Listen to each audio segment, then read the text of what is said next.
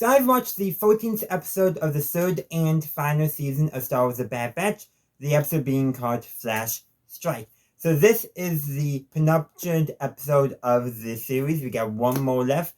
I'll talk about that a little bit later because everything in this episode is setting that episode up. If you were to avoid spoilers, I did release a spoiler-free review earlier today, so check that out if you would like to avoid spoilers, or if you just want to, check it out. But let's actually talk about the meat of the episode. We have the Bad Batch getting onto the planet that Tantiss is on, which from Legends was Wayland at least.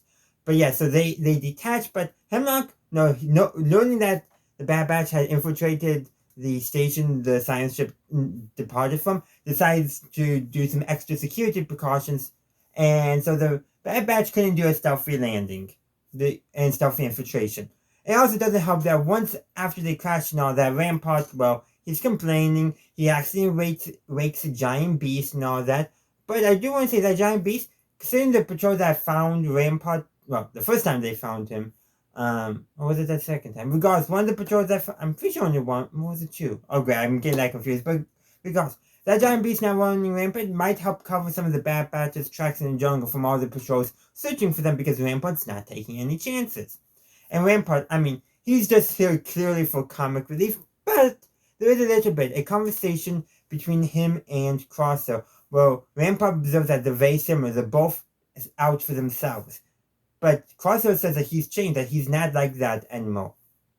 And that's definitely true. Now, Crosser, I think, was never truly as self-interested as Rampart was, but there was definitely some self-interest in Crosser. He stayed with what he knew, stayed with what he thought was going to be loyal to him, but now, throughout basically the earlier this season, he saw Omega show loyalty to him, and his brothers have shown a renewed sense of loyalty to him, and he's showing a sense of loyalty back to them. Now they're becoming friends once again. But perhaps he needs just a little more, him and the rest of the Bad Batch, learning it's more than just a small group, but it's the entire galaxy that needs help against the Empire. Something along those lines. And maybe Rampart will have a change of heart. He's definitely being portrayed as a follower for Crosser, someone who has not embraced those lessons, not overcome their flaws yet. So maybe he'll have a change of heart. I mean, it would be hilarious if he becomes a rebel leader sometime in the future. I mean, that would be hilarious. I doubt it, but it would be hilarious. But the point is, he is supposed to be the follower for Crosser, and maybe Crosser can also spur him to be a better person. Like I said, I doubt that, but you never know. But let's actually talk about now what's going on for Omega. The base is on lockdown because of the Bad Batch, and Omega can actually identify the laser cannons. So she knows now there's less people watching them in the vault, except for just one scientist and one droid. So she takes that opportunity to crawl in basically the mini turbolifts being used for the blood samples and all that, so that way she can potentially formulate an actual solid plan for escape. And she asks the other kids to distract, to delay anyone who comes in looking for her, and they do an okay-ish job. I mean, they're kids, so actually nervous, believe it or not, is actually kind of realistic. So maybe they should have mentioned those rumbles they heard. I'm just saying that might have done better, but they're new at this. Just give them a break. But Omega, well, she crawls through those ductworks and she finds the Zero Beast. So whatever's going to happen, somehow the Zero Beast is going to be involved.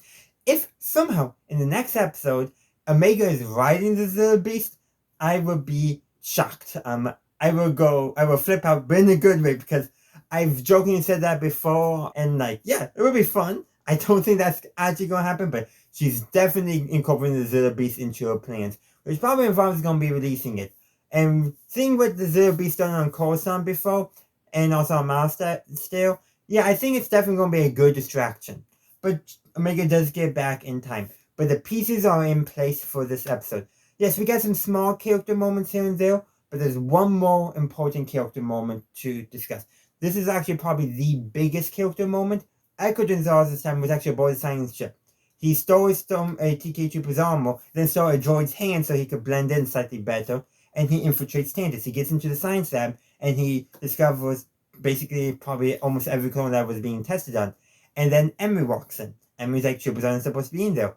And I think she quickly caught on that it was not a regular TK Trooper. Probably once she heard the clone voice, she was confirmed, but probably also, the droid hand. She's a scientist. She's probably more observant than the average person on Tantiss. I'm just saying.